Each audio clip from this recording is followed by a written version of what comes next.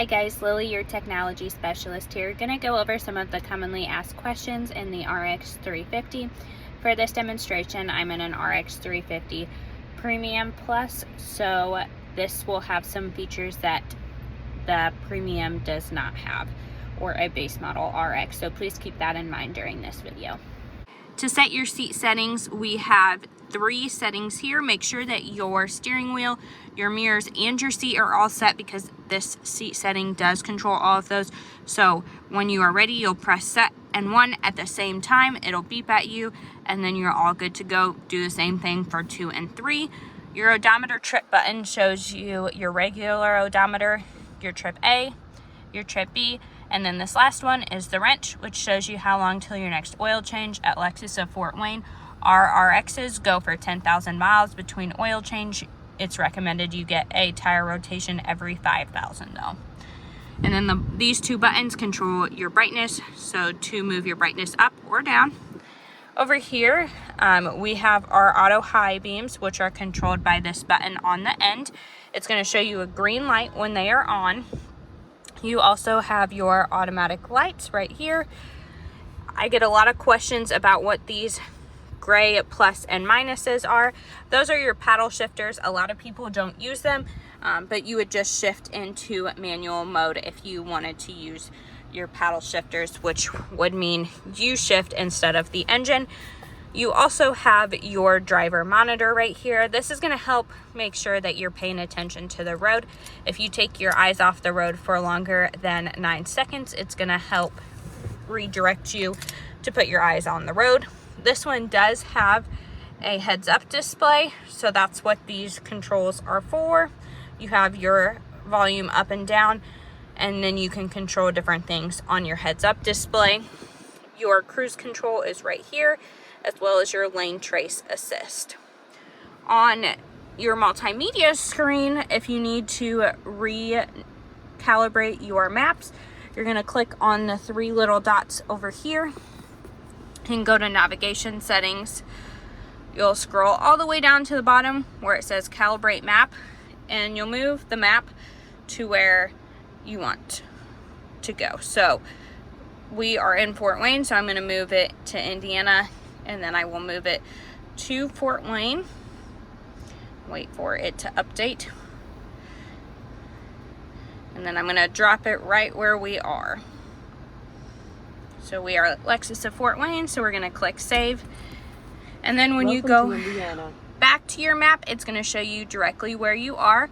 If you want the map to face north all the time instead of following which direction you're going, you will just click the compass and it'll face north. If you go to a different screen, you will have to re-click that button if you want it to always face north. With the navigation, you can either say, hey Lexus, what do you want to do? Get me directions to the closest grocery store.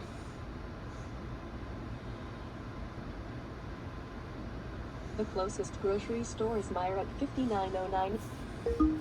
So you can tell her a point of interest or an address that you want to go. You can also type it in here, but I recommend just saying, hey Lexus, and then giving her the direction. You do have your music right here.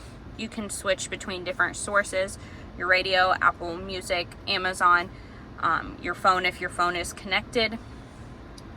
In this little vehicle thing, you will have your drive modes.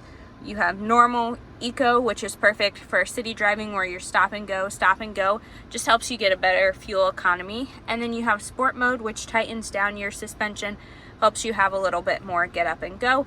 And then just your normal mode. Under driving assist, you're going to have all of your safety features, so you can turn those on and off to your liking. If they are grayed out, that means that they are not currently on. You have your trip information, which shows you your range as well as different things. You have your all-wheel drive, your tire pressure, and then any vehicle alerts. Under settings, you have a lot of different things that you can control. If your little dot next to your name is blue, that means that it is connected to your account. If not, press your name and it's going to pop up with a PIN, 6 digits normally, your birthday, anniversary, a combination of numbers you remember easy, and then it will be connected to your profile, so you'll have your navigation subscription and all of your settings that you've personalized as well. Under devices, it's going to show you how many devices are paired, and you can click the device that you want to listen to or have connected. You can also add devices by clicking search device and then going to your Bluetooth on your phone. You have some general settings, your notification, your Wi-Fi. If you have a Wi-Fi subscription, this is where you will find your Wi-Fi to turn on and off. You can also make the brightness brighter on your screen as well as your backup screen. You have your navigation settings, your vehicle customize, which is another place that you can move your heads-up display if you have one. You can also move it on the steering wheel, but when I'm helping customers out, I always do it here, so you can move it up and down depending on their liking. And you can also make the brightness of the heads-up display brighter if you need to as well. From here, you can change the different meter you're seeing, which will control this screen right here for you. You also can customize your lights, your illumination, your door controls. So if you want the car to unlock all of the doors instead of just the driver door, you can change that setting right here under the smart access doors. You can also change it so that it just unlocks the driver door. That way no one else can get in if you're at a gas station alone.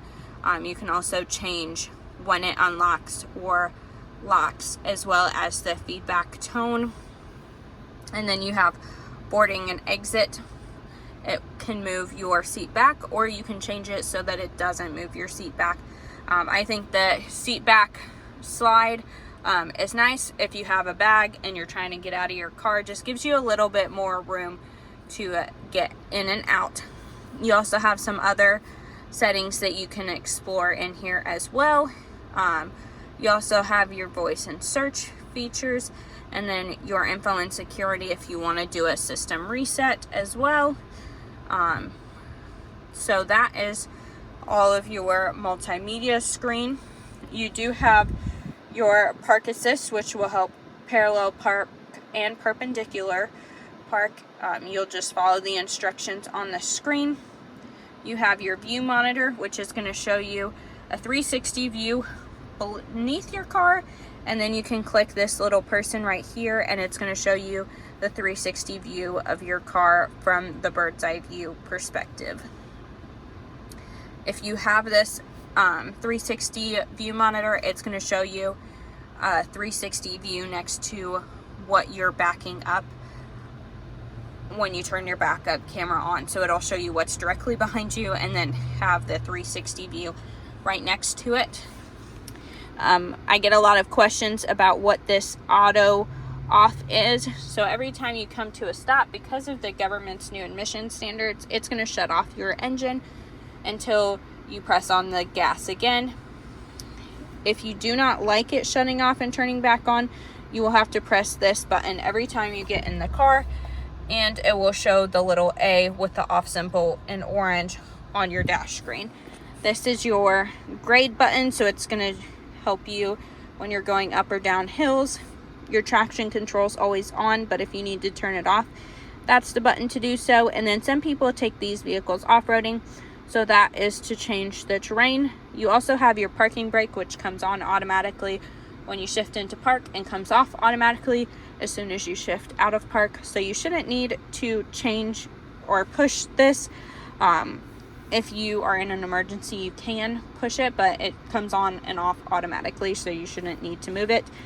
This hold button is going to hold your vehicle in place if your foot is firmly pressed on the brake until you press the gas, and then your car will start going again.